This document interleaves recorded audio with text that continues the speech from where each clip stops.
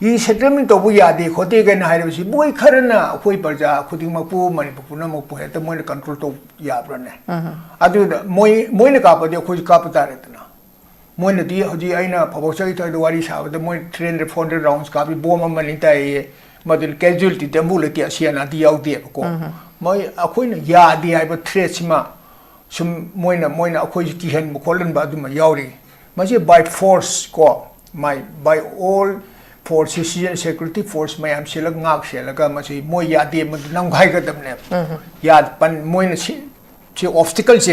Moy Ayam Shimbo to Tiaga, Moy Karasina Yabrado, sing the Su, go mention sing them, Doriba, Tambaktanama Doribasi, go mention Mosu bias feelings in Lehlu Dabani, Aduga, Isam Harabada, 3,200 no man cycle to Yare, Mau Poglai, Senapati Poglai, cycle Toraga. Senapati then Semai nearly just 60-70 kilometers in the Neva. Machine Namgarga Sarpia Neva. Maduda government of Manipur side, the governor side, the ma responsibility. Late Ribasiki Maram City, Aquina, Hydras, Kangi, Hek, how within Nasivoda, Mogo Mentioner, Moi Cookie, Mating, Bangi, Hibisoko Kudim Mafunku to Ure, Aduga. Peace and harmony the Mata Manipura, she Malem she jail the Kedotamino, Mabu, Manipur, Akoi, Kanosina, Manipu police, no kun Marida Kedom Parinova. Santi Tambagi them the Khongchat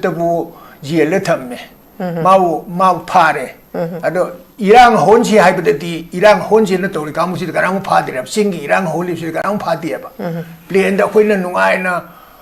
Punji Karan wine Hinjaki Hypocrit, the part and say, the Tori Basibu, Karamba, Makalki Lengang Hypodo, Madua to Mayakshin, Taibako, Aduga, Masi Isamson Harabada,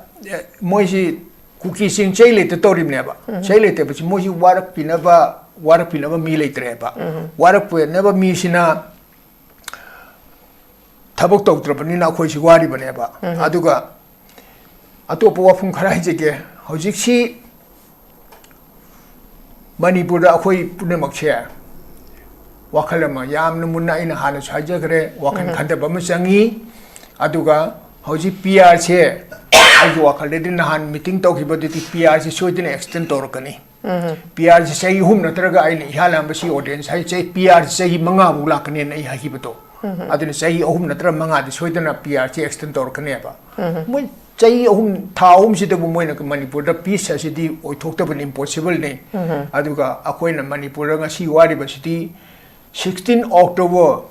1949, taking a she walked to Manipur Pazada, Shanti Selatan and Labne, peace of Selator never go. Aduna Hojik, election Matamnate, Quidegi Marudi Base, Manipur, peace I was a Shanti Abasiportana. Karimu Bangto Buyaro Boko, Masiki Manunga Haizini. Mayam had deep state hypowapam, deep state ever say.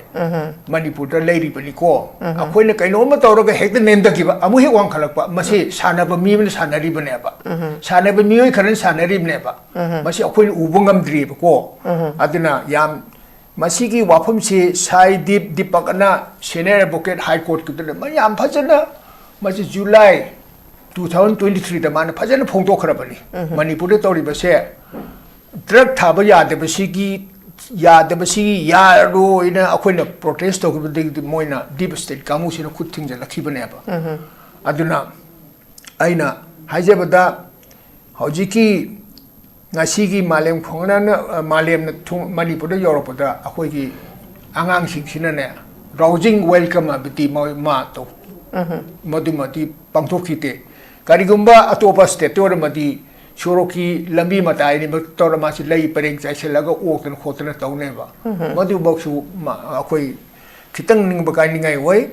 A Papa Taboko with that, so whatever see Manipurgi, tiny digits, salary, but culture money. A Papa Taboki Toshia Deba, Huran Ba, Pataba Tabaki di Miamle, Boko, Manipur say. Aduga, Malem Thongam said, I know as I worry, Sajabata, Maki, Ahan, missing a Shilo. Bagi Anishuba mission sina 2027 da masi Manipur da natan Malem ki misak phudi pon na khanga da ba Khongchat ma man sat ke ni hai ba ko masi sat po sinu mai pa po sinu Malem da Malem Thongam Sina Masakta Thaba Moraksunu, Aduga,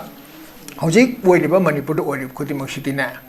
India Gomena Moigi, Aningbama, Apamba, Mapum Padri, and a Sumsata Libaneba. Aquashi, Shanari, Sum Amuktado, Amupazin Gimo, the Montori Pase. Aduna, Masiki Queen Yakati Hibasi, a queen common to Cantabum to E. Aduga Aina Hajabati Arubata, a quick Paja, Kutimana, quick condemn in Araga. Moina Hojishan and the Momo, Sanari Basi, Masi Omto, Kandaningi, Aduga Lochenbagi Pandum Sima Tamaningi, Aduga Masigi. Wapum Punamaksi Malem Thongam. Babung Malem Thongam na October gi tang ani lisingani kun ga manga gi Delhi da gi hauraga matang chalapatuna Nagaland yauraba matung mau yok chalapatani ko tuna masi mahaksi kangpok pilan ba yaroi na hai base. Babung adumapu land ba yaro harsu BSF na mahaksi makogi gari da hapaga puthorapani hai puthoraba matungda Sekmai police station da sinarambani hairi babung sima pu mahaki pau santi puba pau santi gi paujel puba Khongchat si babung BSF na mateng oiraga gari da hapkatlaga Sekmai yoropasi ta sengna mahak na chatliba Khongchat si mai pae haina lawba yabra habidi makhoigi gari da hapkatlaga purakpagi mahuta free movement se lehen ge hai taragadi Malem Thongam gi Khongchat sidagi dum hauraga makhoina nga aga mahak cycle dum thojaraga lahan badi kari kaiba aduna mahangna chatliba handaki Khongchat santi gi paujel poba Khongchat che pabung Sekmai yore haiga su mai pae haidana dum lawbe yarabra kaigino habe matamda gari da hakollaga porakpagi wafam amdi yauribnina pabung kari ga main thambini aina ngasi Yingbiriba Kwai Kudima Kwaina, Iko Nonjuri, Amazon, Penless, Amazon Pibu Kuramjari. Wapamsi, Kundringaida, Malem Thongamsi, Karamba, Muino, Hypato, Isanapi, Madame the Hypet Hajeke, Isanapi, Malem Thongamsi, Ingso, Lishingamaga, Lishingamapan, Maudra Mapangi, Epilgitang, Tarom Data, Lepapo Numita, Maibum, Maibokun, Impalis District Poki, Apopa. Apopo di layo ikre maki maming amubo kawi maksi cai humfu manga subadno ngakre adu apopi na Thongam ombi bino maksi hoji paralysis within sahi muksidran lady okay aduga khwaidik tamjening oi ba mioi mna Malem Thongam se matomta bopa masa isanupi ani makpunba masa amani aduga maksi kun ga tere sure okay aduga karam phibamda Makoigi Imusi Hingi Haibati, Uruba Mioishina Kangani, Aduga Yamna Aina Yam Haroi Makoi Mungsi Lara Su, Lashangama Gumba Pibundu, Chapchano, Hojiti Ore, Mana Manipur Kitamot Kanba, Nupimasa, Isanupini, Aduga Maki Punchi, the Katopon Pictali. Malemsi Lamlong Higher Secondary, the class 12 pass to science stream the pass to Aduga Maki EMD, social activist ni hai. Okay. Aduga mahanga school de taming ay de magazine secretary pubira mi aduga mahaki hobby sine lyric papni mahaki police na kunga mapra phadure Delhi gi jantar mantar da 22nd February 2024 da jantar mantar da man protest peace and rally peace and harmony in Manipur hai bisida mai theme se aduni Delhi police na masi mangarak phayaba okay aduga Manipur da na kunga marirak police na pharure okay ada jail na anirak leirure ba March 2024 da masi numi humni jail leirure adu October 24 da na numi kunga mangani jail le thamnure adu Malem gi marui ba magi demand di ihala mai demand hongok thame man kan protest to si Manipur prime minister la anba second na akoi suspension operation hai se su hai se masi kakpa aduga ahum subadana peace and harmony se Manipur de lahin basini adudagi man 2nd October 2025 to kutu minute dagi man journey se start hoki bani my journey peace rally se माने दिल्ली दगी उत्तर प्रदेश योरे Uttar Pradesh chief minister उनरगा माने memorandum पिसलेबा memorandum द मरुइन इरिबसी Manipur peace थमन बियु हाइबनी उत्तर प्रदेश दगी माना वेस्ट बेंगल लाए वेस्ट बेंगल गवर्नर सु उनरगा माना मेमोरेंडम जो पिसले अदगी वेस्ट बेंगल दगी असम द मुले असम की गवर्नर दसमा मेमोरेंडम पिसलेबा नागालैंड ना गवर्नर सु पिसले अदु प्राइम चीफ मिनिस्टर सु मान मेमोरेंडम पिसले मसिना मागी उनरुब मफम खुदिमक सिदा मणिपुर द ओइदि पिबन सि मान पाउदम की यामना मणिपुर द हिंगिबा मियोय अमतन तौद्रब थौदोनी मान तौरिबसी अदगी आइना यामना नुंगाइतबा हाइबा हाइतारे मा नुमित मंगानी चरा हेली अबों आई चरा हेली चाक आई पैसा लेतन चरा हेनबा यावे मागी फिबम जे आइना उगिबा मान सतरिंगागी उबा फिबम दुगा हौजिकति मा how the size my weight से तंखाय म तागरे मयांग कंत्र कंगे ngasithi आइना उबुदा गनांग उजबनी अदुगा मवंद कुट्रुगना तौरखिबा मोय threat तौरपसिदी आइगी वाफमददी मथौना लेतबा पोलंबगी Amo हिंगंबगी Mire Moyna सिगरदब मियोय ngakhtani khanjelingi aduna masi aina khanjab senapati deina semai bau lapage se aiga phajana mati khangdana aina sillaga lakhibani masile da mana pamjabadi babung ai cycle thodaga senapati deina semai si lakhe na mani am kana haje adui da marak sida aina tajabata makhoi si bunker bau da moina tawraga moisi position tawra legreba ma si lotion gani na okay nang cross to akoi lotion gani moong de legre sniper rifle bu moi de season erba yae ba ko okay adu da aina khanjabani peace rally si de gi amo yam chobo adu maina thok tara di mo my life si de lotion gi tara di yam chobo akoi mani bu problem mo ra ne aduna wakan mun khanaraga manu ni tawraga masidi अखोई पंथुमदु you're लोरे खलगा अदुमाय तोर माज पुंग money दगी कनो अयुक्ति start तोर पुंग मरी मखाइदा अदुमायना यौन खिबनी अदुना मसीगी खोंगचत असी आइना याम सांग हाइद्रसु मणिपुर की दमकती इतिहास गोय खोंगचत मनी नै हाइजेके अदुगा मागी मथौना फबा आगी मागी मरिंगजेन सिटी याम थागनी गाइनी अदुजु नुवाइतब याम नुवाइतब मना मणिपुर गवर्नर दाइना ड्राफ्ट तोरगा 11 नवंबर से सिदा इना राजभवन दा अखोई मागी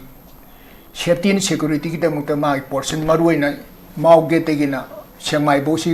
सिक्योरिटी कवरेज पीबीओ न चिठी अनि इबने रेस्पोंस अमुक लागते बिओने था ओके अखोई मणिपुर दे तोरि बिसे रेस्पोंस अमुक लागते मासी ngasi manipur da mana thopa tawjaraga ma sijagera tawjagera na tumai wakhand leireba government sidi leitaba ga samana re pr oiro government akoi minister pan boiro akoi manipur sidi government sidi lo kari bu leite manipur da ngasi akoi ni hingi ba life se mawom de hingi bani aduna akoi mioi bata akoi na apamba khudimakti punchida phangde dana aduga magi portion last phase sidaida mapung di phagi dre man aning bado cycle thoraga senapati degina semai lakti haidana magi mission sidi mai pakti di haibi aroi moi cookie sidi maya chiaga makaya chiaga le moi le horedana man kamai tor bs ki mating no security force no kamai to yogri no si moi mo kote di lan tho laeba asi amorom da better lo bui saduni loksing na ne loksing nang lan ngam godem ne hojikti makoi makhachi ele horiba moi maning thumba modi di moi ning badu di ka heletna aduna akoina irang thoktana ba man gari thon gi dabani aduga akoina masi mai pakti di haibi aroi ko ai wapam si hairaga aham dom si sumai lo chinjake okay thank you very much sagat chari pa bung na kalamarom da hujiksi ojana su ko gi hariba article 19 si matang da ngasai koi free movement ya da ba du jana tana resettlement gi matang si resettlement tawru ba dai ne mu torbung da id inong no ba firing tawrak tana bom nong langjelak tana tawri si pa bung ꯑꯗꯨꯃꯛꯄꯨ ꯁꯤ ꯑꯩꯈꯣꯏꯅ ꯁꯨꯝ ꯎꯕꯗ ꯑꯩꯈꯣꯏꯒꯤ ꯃꯤꯇꯩꯒꯤ ꯑꯣꯏꯅ ꯇꯣꯉꯥꯟ ꯇꯣꯉꯥꯟꯕ ꯑꯩꯈꯣꯏꯒꯤ ꯄꯤꯁꯁꯦ ꯄꯥꯝꯕ ꯃꯁꯥꯒꯤ ꯔꯤꯁꯦꯇꯜꯃꯦꯟꯁꯦ ꯄꯥꯝꯕꯅꯤꯅ ꯑꯩꯈꯣꯏ ꯏꯁꯥ ꯏꯁꯥꯒꯤ ꯌꯨꯝꯗ ꯆꯪꯖꯔꯒꯦ ꯍꯥꯏꯕꯁꯤ ꯆꯨꯔꯆꯥꯟꯄꯨꯔꯗ ꯂꯩꯔꯝꯕ ꯃꯩꯇꯩꯁꯤꯡꯅꯁꯨ ꯄꯥꯕꯨꯡ ꯑꯗꯨꯃꯛ ꯏꯁꯥ ꯏꯁꯥꯒꯤ ꯌꯨꯝꯗ ꯆꯪꯖꯔꯒꯦ ꯍꯥꯏꯕꯒꯤ ꯀꯩꯅꯣꯁꯤ ꯄ꯭ꯔꯣꯇꯦꯁ ꯃꯈꯣꯏꯒꯤ ꯗꯤꯃꯥꯟꯁꯦ ꯑꯗꯨꯝ ꯑꯩꯈꯣꯏ ꯆꯠꯊꯕꯁꯦ ꯎꯏ ꯑꯗꯨꯕꯨ ꯍꯧꯖꯤꯛ ꯐꯥꯎꯕꯗ ꯂꯩꯔꯤꯕ ꯐꯤꯕꯝꯁꯤꯗ ꯀꯨꯀꯤꯒꯤ ꯃꯥꯏꯀꯩꯗꯒꯤ ꯏꯝꯐꯥꯜꯗ ꯃꯈꯣꯏꯅ ꯇꯥꯔꯝꯕ ꯃꯈꯣꯏꯅ ꯂꯩꯔꯝꯕ ꯌꯨꯝꯁꯤꯡꯁꯤꯗ ꯍꯣꯏ ꯃꯈꯣꯏꯁꯨ ꯁꯦꯇꯜꯃꯦꯟꯗꯤ ꯄꯥꯝꯃꯒꯁꯨ ꯑꯗꯨꯃꯛꯀꯤ ꯏꯝꯐꯥꯜꯗ ꯂꯩꯔꯝꯕ ꯑꯗꯨ ꯑꯩꯈꯣꯏꯁꯨ ꯆꯪꯖꯔꯒꯦ ꯈꯣꯠꯂꯒꯦ ꯍꯥꯏꯕꯁꯤꯃ ꯃꯃꯤꯁꯦ ꯁꯥꯝꯅ ꯎꯏꯌꯦꯕ ꯄꯥꯕꯨꯡ ꯑꯩꯈꯣꯏꯁꯨ ꯃꯩꯇꯩꯗꯒꯤꯗꯤ ꯗꯤꯃꯥꯟꯁꯦ ꯌꯥꯝ ꯀꯟꯅ ꯇꯧꯔꯤꯕ ꯆꯪꯖꯔꯒꯦꯅ ꯃꯈꯣꯏꯗꯒꯤꯗꯤ ꯍꯟꯖꯤꯟꯖꯔꯒꯦ ꯍꯥꯏꯕꯒꯤ ꯗꯤꯃꯥꯟꯁꯤꯃ ꯆꯪꯅꯤꯡꯉꯒꯁꯨ ꯎꯗꯕ ꯑꯗꯨꯒꯤ ꯅꯥꯀꯜ ꯑꯃꯔꯣꯝꯗ ꯑꯃꯨꯛ ꯑꯩꯈꯣꯏꯒꯤ ꯉꯁꯥꯏꯒꯤ ꯂꯦꯖꯤꯁꯂꯦꯆꯔꯁꯤꯡꯁꯦ ꯃꯁꯤꯡ ꯌꯥꯝꯕꯁꯦ ꯑꯩꯈꯣꯏ ꯁꯣꯝꯗꯅ ꯑꯃꯨꯛ ꯍꯦꯜꯂꯤꯕꯅꯦꯕ ꯃꯈꯣꯏꯅ 10 ꯈꯛꯇꯅꯦꯕ ꯍꯥꯏꯕꯗꯤ ꯃꯁꯤꯗ ꯑꯃꯨꯛ ꯌꯦꯡꯉꯨꯔꯀꯥꯟꯗ ꯍꯥꯏꯗꯤ ꯌꯦꯡꯕꯗ ꯉꯁꯥꯏꯒꯤ ꯌꯨꯅꯤꯇꯤ ꯑꯣꯏꯕꯁꯦ ꯃꯈꯣꯏ ꯃꯤ ꯃꯁꯤꯡ ꯌꯥꯝꯖꯗ꯭ꯔꯒꯁꯨ ꯌꯨꯅꯤꯇꯤꯗꯤ ꯃꯈꯣꯏꯅ ꯑꯣꯏꯔꯤ ꯍꯥꯏꯔꯤꯕ ꯄꯥꯕꯨꯡ ꯌꯥꯝ ꯀꯟꯅ ꯌꯨꯅꯤꯇꯤ ꯑꯣꯏꯕꯗꯨꯅ ꯆꯞ ꯆꯥꯅ ꯃꯈꯣꯏꯒꯤ ꯌꯨꯅꯤꯌꯟ ꯇꯦꯔꯤꯇꯔꯤ ꯅꯠꯇ꯭ꯔꯒ ꯁꯦꯄꯔꯦꯠ ꯑꯦꯗꯃꯤꯅꯤꯁꯇ꯭ꯔꯦꯁꯟꯁꯦ ꯑꯟꯇꯤꯜ ꯑꯦꯟ ꯑꯟꯂꯦꯁ ꯄꯤꯗ꯭ꯔꯒꯗꯤ ꯑꯩꯈꯣꯏꯒꯤ ꯗꯤꯃꯥꯟꯁꯦ ꯐꯪꯗ꯭ꯔꯤꯐꯥꯎꯗꯤ ꯑꯩꯈꯣꯏ ꯍꯜꯂꯣꯏ ꯍꯥꯏꯕꯅꯦꯕ ꯄꯥꯕꯨꯡ ꯑꯗꯨ ꯑꯣꯏꯕ ꯇꯥꯔꯒꯗꯤ ꯃꯤꯌꯥꯝꯅ ꯈꯪꯅꯔꯤꯁꯤ ꯑꯩꯈꯣꯏꯒꯤ BJP ꯒꯕꯔꯟꯃꯦꯟꯠꯅ ꯍꯥꯏꯔꯤꯕ ꯃꯈꯣꯏ ꯖꯤꯑꯣ ꯄꯣꯂꯤꯇꯤꯛꯁ ꯇꯧꯏ ꯃꯈꯣꯏꯁꯦ ꯄ꯭ꯔꯣꯛꯁꯤꯁ ꯑꯣꯏꯅ ꯁꯤꯖꯤꯟꯅꯕꯅꯤ ꯍꯥꯏꯔꯒꯁꯨ ꯑꯗꯨꯃꯛ ꯈꯪꯗꯅ ꯂꯩꯔꯕ ꯎꯗꯅ ꯂꯩꯔꯒꯁꯨ ꯍꯧꯖꯤꯛꯁꯤ ꯍꯟꯗꯛꯀꯤ ꯃꯤꯇꯤꯡꯁꯤꯗ ꯄꯤꯁ ꯄꯣꯔꯒ ꯂꯥꯛꯑꯣ ꯍꯥꯏꯔꯤꯕꯅꯦꯕ ꯄꯥꯕꯨꯡ ꯑꯗꯨ ꯑꯣꯏꯇꯥꯔꯒꯗꯤ ꯋꯤꯗꯤꯟ ꯁꯤꯒꯤ ꯁꯣꯔꯠ ꯄꯤꯔꯤꯌꯗꯁꯤꯗ ꯄꯤꯁꯁꯤ ꯀꯃꯥꯏꯅ ꯄꯣꯔꯛꯀꯗꯣꯏꯅꯣ ꯃꯥꯡꯈ꯭ꯔꯕ ꯇ꯭ꯔꯁꯁꯤꯡꯁꯦ ꯀꯃꯥꯏꯅ ꯔꯤꯒꯦꯟ ꯇꯧꯔꯛꯀꯗꯣꯏꯅꯣ ꯍꯥꯏꯕꯒꯤ ꯋꯥꯍꯪꯁꯤꯃꯁꯨ ꯄꯥꯕꯨꯡ ꯌꯥꯝ ꯆꯥꯎꯅ ꯂꯥꯛꯄ ꯁꯤꯒꯤ ꯃꯇꯥꯡꯗ ꯄꯥꯕꯨꯡꯒꯤ ꯑꯣꯏꯕ ꯃꯣꯠꯁꯦ ꯀꯃꯥꯏꯅ ꯊꯝꯕꯤꯅꯤꯡꯉꯤ ꯃꯁꯤ ꯒꯣꯃꯦꯟꯅ ꯋꯤꯜ ꯑꯃ ꯋꯥꯠꯄꯗꯒꯤꯅꯤ ꯃꯣꯏꯅ ꯄꯥꯡꯊꯣꯛꯀꯗꯕ ꯊꯕꯛꯁꯦ ꯄꯥꯡꯊꯣꯛꯇꯕ ꯒꯣꯃꯦꯟꯅ ꯃꯊꯧ ꯇꯧꯗꯕꯗꯅꯦꯕ ꯃꯔꯨꯑꯣꯏꯅ ꯑꯣꯏꯗ꯭ꯔꯤꯁꯤ ꯏꯁꯝ ꯁꯝꯅ ꯍꯥꯏꯖꯒꯦꯅꯦ ꯍꯧꯖꯤꯛ ꯏꯝꯐꯥꯜꯗꯒꯤ ꯗꯤꯃꯥꯄꯨꯔ ꯂꯝꯕꯤꯁꯦ ꯒꯕꯔꯅꯔ ꯅꯠꯇ꯭ꯔꯒ MLA ꯁꯤꯡꯅ ꯀꯟꯚꯣꯏ ꯇꯧꯔꯒ ROP ꯍꯥꯡꯗꯣꯛꯑꯒ ꯆꯠꯂꯣꯕ ꯄ꯭ꯔꯖꯥꯁꯨ ꯀꯟꯚꯣꯏ ꯇꯧꯔꯒ ꯃꯣꯏ ꯒꯣꯃꯦꯟ ꯚꯦꯍꯤꯀꯜ ꯇꯧꯔꯒ ꯆꯠꯂꯣꯕ ꯃꯁꯤꯗ ꯅꯣꯡꯃꯩ ꯀꯥꯞꯄꯛꯄꯗ ꯌꯦꯡꯁꯦꯕ ꯃꯣꯏꯅ ꯑꯦꯛꯖꯥꯝꯄꯜ ꯁꯦꯠ ꯇꯧꯕꯤꯌꯨ ꯍꯥꯏꯕꯤꯌꯨꯅꯤꯗ ꯄ꯭ꯂꯦꯟꯗ ꯏꯝꯐꯥꯜꯗꯒꯤ ꯇꯣꯡꯉ ꯗꯤꯜꯂꯤ ꯆꯠꯄ ꯃꯍꯨꯠꯇ ꯏꯝꯐꯥꯜꯗꯒꯤ ꯁꯤ ꯃꯣꯏ ꯀꯟꯚꯣꯏ ꯇꯧꯔꯒ MLA ꯁꯤꯡꯁꯤ ꯒꯕꯔꯅꯔꯁꯤꯡꯁꯤ ꯗꯤꯃꯥꯄꯨꯔꯗ ꯇ꯭ꯔꯦꯟ ꯃꯣꯏ ꯄ꯭ꯂꯦꯟ ꯇꯣꯡꯉꯣꯕ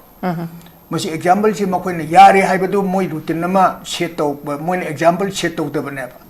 ꯉꯁꯤ ꯃꯀꯣꯏꯕꯁꯤꯡꯁꯤꯗꯒꯤ ꯁꯣꯏꯔꯛꯄꯗꯒꯤ ꯃꯈꯥ ꯇꯥꯕꯁꯤꯡ ꯑꯩꯈꯣꯏ ꯑꯋꯥꯕ ꯐꯪꯕꯅꯦꯕ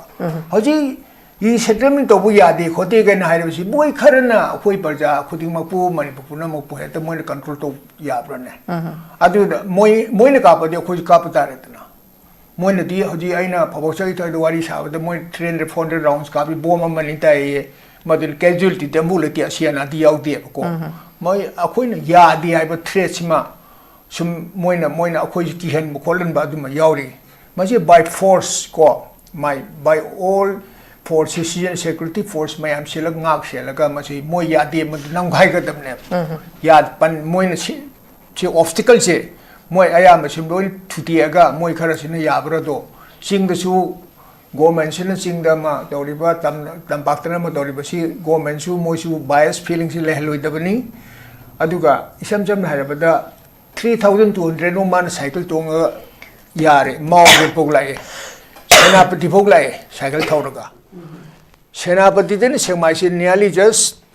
60-70 ꯀꯤꯂꯣꯃꯤꯇꯔꯁꯤꯗꯅꯦꯕ ꯃꯁꯤ ꯅꯝꯒꯥꯏꯔꯒ ꯑꯗꯨꯝ ꯆꯠꯄ ꯌꯥꯕꯅꯦꯕ ꯃꯗꯨꯗ ꯒꯣꯔꯃꯦꯟ ꯑꯣꯐ ꯃꯅꯤꯄꯨꯔꯒꯤ ꯁꯥꯏꯠꯇꯒꯤ ꯒꯕꯔꯅꯔꯒꯤ ꯁꯥꯏꯠꯇꯒꯤ ꯃꯥ ꯔꯦꯁꯄꯣꯟꯁ ꯑꯃꯨꯛ ꯂꯩꯇꯦꯕ ꯂꯩꯇ꯭ꯔꯤꯕꯁꯤꯒꯤ ꯃꯔꯝꯁꯤꯗꯤ ꯑꯩꯈꯣꯏꯅ ꯑꯃꯨꯛ ꯍꯥꯏꯗ꯭ꯔꯁꯨ ꯈꯪꯉꯦ ꯍꯦꯛ ꯍꯧꯕꯗꯒꯤ ꯉꯁꯤꯐꯥꯎꯗ ꯒꯣꯔꯃꯦꯟꯁꯤꯅ ꯃꯣꯏ ꯀꯨꯀꯤꯒꯤ ꯃꯇꯦꯡ ꯄꯥꯡꯉꯤ ꯍꯥꯏꯕꯁꯤ ꯑꯩꯈꯣꯏ ꯈꯨꯗꯤꯡꯃꯛ ꯃꯐꯝ ꯈꯨꯗꯤꯡꯃꯛꯇ ꯎꯔꯦ ꯑꯗꯨꯒ ꯄꯤꯁꯁꯤꯅ ꯍꯥꯔꯃꯅꯤꯒꯤꯗꯃꯛꯇ ꯃꯅꯤꯄꯨꯔꯗ ꯁꯤ ꯃꯥꯂꯦꯝꯁꯤ ꯖꯦꯜꯗ ꯀꯩꯗꯧ ꯊꯝꯃꯤꯅꯣ ꯃꯥꯕꯨ ꯃꯅꯤꯄꯨꯔ ꯑꯩꯈꯣꯏꯒꯤ ꯀꯩꯅꯣꯁꯤꯅ ꯃꯅꯤꯄꯨꯔ ꯄꯨꯂꯤꯁꯅ 12ꯔꯛ ꯀꯩꯗꯧ ꯐꯥꯔꯤꯅꯣꯕ ꯁꯥꯟꯇꯤ ꯊꯝꯕꯒꯤꯗꯃꯛꯇ ꯈꯣꯡꯆꯠꯇꯕꯨ ꯖꯦꯜꯗ ꯊꯝꯃꯦ 마우 파레 아도 이랑 혼시 하이버데디 이랑 혼시는 또 우리 가무시도 가랑 파디랍 싱기 이랑 홀립시 가랑 파디에바 플레인다 코이는 농아이나 punsi khara nuai na hingje ke haiba ki de khoi de pha dana sei dana tawri ba sibu karamba makhal ki lengang nu haiba do madu adu mayek sing ta i ba ko aduga masi isam jam na haiba da moi si kuki sing chei le te tawri ne ba chei le te ba si moi si warak pina ba mi le tre ba warak pu ne ba mi sina tabok tok tra ni na khoi si wari ba ne ba aduga atopo wafum khara je ke hojik si manipur da akhoi punamak che wakhalama yamna munna ina hana chajagre wakhan khanda bam changi aduga hoji PR che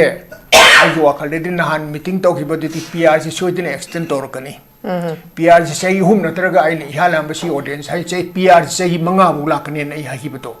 aduni sei hum natra manga di soidina PR che extend torkani ba mo chai ahum thaum si de moina manipur da peace asidi oithokta ban impossible ne aduga akoina manipur nga si wari ba siti 16 October 1949 de nga si wokta manipur baza da shanti se leitana la abne peace se leitrabne ba ko aduna hojik election gi matam nate khwaide gi maru wari ba se manipur da peace hai ba se shanti hai ba se poraktana kari mo bangthok ba yaro hai ba ko masi gi manung da nga se haiduni mayam hai deep state hai bawa pham se deep state hai se manipur da leiri bani ko akhoi na kaino ma tawra ga hekta nen da ki ba amu he wang khalak ba mase sana ba mi ne sanari bane ba sana ba mi oi kharan sanari bane ba mase akhoi ubungam dri ba ko adina yam masi ki wafam se sai deep dipakana senior advocate high court ku da ma yam phajana mase July 2023 da man phajana phongto khara bani manipur da tawri ba se drug thaba yadabasigi yaro ina akoina protest to the moina deep state kamusi na kuting jala khibane ba aduna aina hajabada hojiki ngasigi malem khongna na malem na manipur da europe da akoi gi angang singsina ne rousing welcome abiti ma to madumati pangthokite karigumba atopa state or madi Shoroki lambi matai ni tora masi lay pareng chai selaga oktan khotna taune ba madu boksu akoi kitang ning bakai ni ngai wai apaba thabok to boda sogote basi manipur ki thaine degi chanari ba culture mani apaba thabok di tawsia de ba huran ba phataba thabok ki di mi yam lei ba ko manipur se aduga malem thongam sin aina nga sai wari sajabada ma ki ahan ma mission nga si loi gre bagi ani suba mission sina 2027 da masi manipur da natana malem ki misak khudi pangna khangda ba khongchat ma man satkani hai ba ko masi satpo sinu mai papo sinu malem thongam sina masak ta ba thaba mo orak sinu aduga hojik oiriba manipur da orib khudi maksitina India government na moigi aningba ma apam ma mapung phadri na sum chathali bane ba akoi si sanari sum amuk thado amuk phajin gi mong de moin tori base aduna masi kyang kuin ya ka gi haiba si akoi na khamun tu khanthabam tu i aduga aina hajabadi aroi bada akoi parja khuding mang na akoi khandam minaraga moina hoji sanani mo sanari base masi omto khandhaningi aduga loichanbagi pandum sima ai thamhaningi aduga masigi wafam punamangsi malem thongam boiro ama boiro tawri bukhudi mangsi afa bukhudi mangsi akoi punamang sagot minaraga loichanbagi kari choiri bagi khandam minaraga loichanbagi pambai sima thi upai sima thi siaba wafam si hajaraga matang si loichanjage Tagachari Pabung tentak pawarol thambige hai Pabung kari wafam te thamjauge ngasi manipur da pan ki ba MLA sing chief minister loina mangsigi biography iraga Amazon ge through the phonga di worldwide na kari woina pagda ge ba mokoi se PSK agi light ga mi iraga biography phongmo yagda ge aduga atopamna ngasi chanupi Malem gi biography ma Amazon gi through the world war nen phongje gi khali ma sidi prithvi punna mongna wa larik se pagni khanjai aduga atopa mana ngasi central government akhoi sanani momong de sanari base politically gi welo economic gi welo religion gi welo and social gi welo masi akhoi gi ashoiba sing do akhoi gi ashoiba sing sigi degi moina khudong chaba lobne bo pham chi thamje ge ba akhoi manipur parja khuding mangna ai digi hairasi mi khudi maksina akhoi gi ashoiba sing je khanda bungam dre masi khanda bungam de bi akhoi si matik chaba mi mo oirmo ba yamna strict oiba discipline character phajaba ko corruption leitaba masagi ethics lei je boy mati India government am pangto to bu ya bu na te ba akhoi gi afaba sing che loina mang gi ba phata ba sing na mang tha ki ba ngasi emile hai gi ne ngasi matikcha ba aina hanjana hai gre ngasi matikcha ba aina hai ji biography the moi line page mi I ba ya ba mi mu yaw de ba aduna aina hai je bi finally akhang hai pulap punjalaga manipur se logi mating loroga manipur se ong to ka lu si hai bo wafam se ai thamje ke aroi bat okay thagachari yam noi jai khigi matam gi oiba manipur gi issue da pogachaba semba platform amadi ngasigi topic malem thongam ki khongchat hari besida khigi tongan ba panelists ahumna masa masa gi ba warol thambiduna ngasigi pogachari ba topic asu mapung phan bi bui damukta hanna khigi pabung amadi ojani bu notice window gi mai keitagi thagat pa phongdokchari loisilakpada thamjaning ba warol di Malem Thongam gi Khongchat si khigi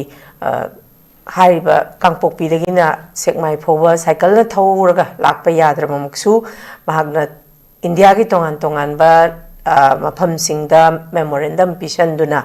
khigi santi gi paujal poba Khongchat amada chatliba sumna Manipur da tariba tongan ba furuki chilnaw singsu dumak Manipur gi lairiba conflict asi isa gi ngamzaba thakta isa gi responsibility lomina duna athoba matamda khigi chapchaba ware fire bama purak pangamba ominarasi haba warol ji